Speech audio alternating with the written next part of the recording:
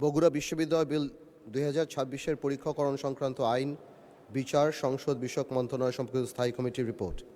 ত্রয়োদশ জাতীয় সংসদের 7 জুলাই 2026 খ্রিস্টাব্দের তারিখের বৈঠকে উত্থাপিত বগুড়া বিশ্ববিদ্যালয় বিল 2026 জাতীয় সংসদের কার্যপ্রণালী বিধির 246 বিধি অনুসারে পরীক্ষা করে সংসদে রিপোর্ট প্রদানের জন্য সংসদ কর্তৃক আইন বিচার সংসদ বিষয়ক মন্ত্রণালয় সম্পর্কিত স্থায়ী কমিটিতে প্রেরণ করা হয়।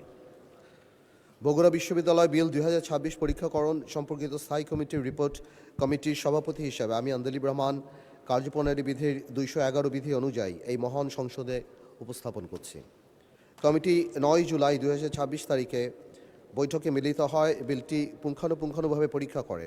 বৈঠকে উপস্থিত থেকে কমিটির যে সকল মাননীয় সদস্য বিলটি পরীক্ষায় সক্রিয়ভাবে অংশগ্রহণ করে অবদান রেখেছেন তারা হলেন আমি আন্দলিব রহমান 115 ভোলা সদর ভোলা 1, মোহাম্মদ আসাদুজ্জামান 81 ঝিনাইদহ 1, মোহাম্মদ নওশাদ জামির 1 পঞ্চগড় 1, শাকিলা ফারজানা 308 মহিলা আসন 8, মোহাম্মদ মঞ্জুরুল ইসলাম 6 দিনাজপুর 1, মোহাম্মদ হাসান রাজীব প্রধান 16 লালমনিরহাট 1, মোহাম্মদ নাজিবুর রহমান 68 পাবনা 1 এবং আক্তার হোসেন 22 রংপুর 4।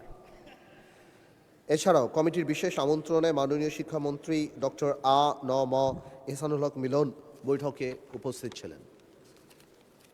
বৈঠকে উপস্থিত থেকে কমিটির রিপোর্ট প্রণয়নে সহায়তা প্রদান করার জন্য আইন বিচার ও সংসদ বিষয়ক মন্ত্রণালয় সম্পর্কিত স্থায়ী কমিটির মাননীয় সদস্যগণকে এবং মাননীয় শিক্ষামন্ত্রীকে আমি আন্তরিকভাবে ধন্যবাদ জানাচ্ছি। তাছাড়া শিক্ষা মন্ত্রণালয়, আইন বিচার ও সংসদ বিষয়ক মন্ত্রণালয় এবং জাতীয় সংসদ সচিবালয় সংশ্লিষ্ট কর্মকর্তা কর্মচারী, বিশেষ করে কমিটির সাচিবিক দায়িত্ব পালনকারী কমিটির সচিব, লেজিসলেটিভ ড্রাফটিং ইউনিটের যে সকল কর্মকর্তা ও কর্মচারী বিলটি পরীক্ষার কাজে এই রিপোর্ট প্রণয়নে কমিটিকে সহায়তা প্রদান করেছেন, এই কমিটির পক্ষ থেকে আমি তাদেরকে জানাই আন্তরিক ধন্যবাদ।